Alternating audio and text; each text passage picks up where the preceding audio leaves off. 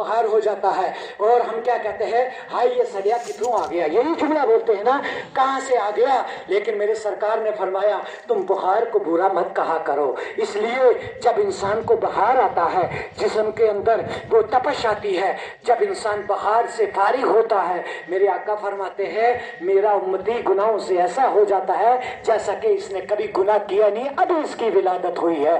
اللہ اکبر. بخار کو کبھی برا نہیں کہنا چاہیے. لیکن میرے مصطفیٰ کریم صلی اللہ علیہ وسلم کے دیوانوں، جب سرکار علیہ الصلوۃ والسلام کا وصال کا وقت قریب آتا ہے، میرے نبی کا یہ مقام ہے، لیکن مصطفیٰ جان رحمت نے ہر مقام پر اپنی امت کو یاد رکھا، اپنی امت کا خیال رکھا. لیکن میرے آقا کریم صلی اللہ علیہ وسلم کے دیوانوں، سرکار کا یوم وصال کے قریب جب وہ دن آ گیا، میرے آقا علیہ الصلوۃ والسلام حضرت اما عائشہ کے حجرے میں ہے، امہات المومنین کے حجرے میں ہے. میرے سرکار علیہ السلام کو بخار ہو گیا.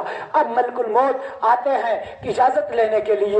کیوں لینے کے لیے آتے ہیں؟ اس لیے کہ نبیوں کا سردار ہے، اس لیے لینے آتے ہیں کہ ملک الموت کو بھی اگر اللہ نے پیدا کیا ہے، اسی پیغمبر کے صدقے نے پیدا کیا ہے، اجازت لینے کے لیے آتے ہیں ملک الموت. آ کر دروازے پر کنڈی کھٹکھٹائی ہے. پہلے دن آئے، اندر سے آواز آئی، کون ہے آپ، کہاں سے آئے ہو؟ کہا میں رسول اللہ کا غلام ہوں، میں آقا کریم سے محبت کرنے والا ہوں، میں ملاقات کے لیے آتا ہوں.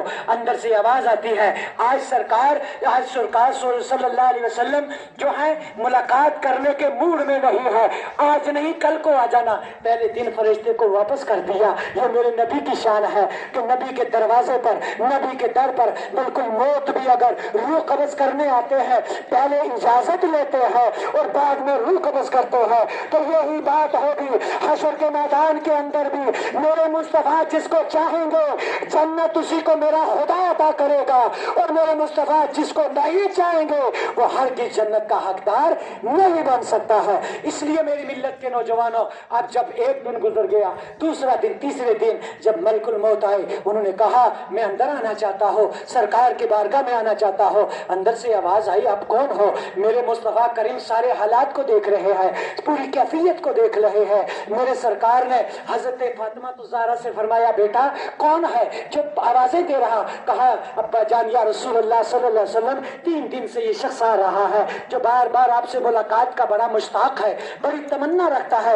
آقا کریم علیہ السلام نے فرمایا بیٹا یہ کوئی اور نہیں ہے، یہ وہ آ رہا ہے میرے دروازے پر دستک دینے کے لیے کہ اگر بیٹی کے سر پر باپ کا سایہ ہوتا ہے، جس کے گھر پر یہ آ جاتا ہے وہ سایہ ختم ہو جاتا ہے. یہ وہ آ رہا ہے، وہ دستک دے رہا ہے کہ جس کے سر پر ماں کی محبت و ممتا ہوتی ہے، جس کے گھر پر یہ آ جاتا ہے ماں کا سایہ ختم کر دیتا ہے، بھائی کے بازو کو توڑ دیتا ہے، بہن کی محبت، بہن کی پوری امنگوں کو ختم کرنے والا یہ آ رہا ہے. کہا یا رسول اللہ بچان یہ کون ہے؟ کہا یہ ملک الموت ہے. کہا اندر آنے کی اجازت دیجیے. جب اللہ کے رسول کی بارگاہ میں ملک الموت آتے ہیں، روح کو قبض کرنا شروع، اللہ کے رسول کی روح کو قبض کر رہے ہیں. اللہ اکبر. اس وقت میرے سرکار علیہ السلام نے اپنی بیٹی سے فرمایا تھا اے بیٹی فاطمہ جب میرا انتقال ہو جائے، میرا وصال ہو جائے، میرے بعد تم نے سر کے بال کو نہیں توڑنا ہے، تم نے ران پیٹ پیٹ کر نہیں رونا ہے، تم نے چیخو پکار کر کے نہیں رونا ہے، بلکہ صبر اور استقامت سے رونا ہے. اس لیے کہ میری بیٹی اگر تم نے سر کے بالوں کو نوچا، تم نے اپنے رانوں کو پیٹا، اگر تم نے یہ چیخو پکار آواز بیانات کر کے اگر تم نے رونا شروع کر لیا، بیٹی ساری میری امت کی عورتوں کے لیے یہ ایک تاریخ قائم ہو جائے گی. اگر آج تم نے صبر کر دیا، صبح قیامت تک میری امت کی عورتیں صبر میں رہیں گی.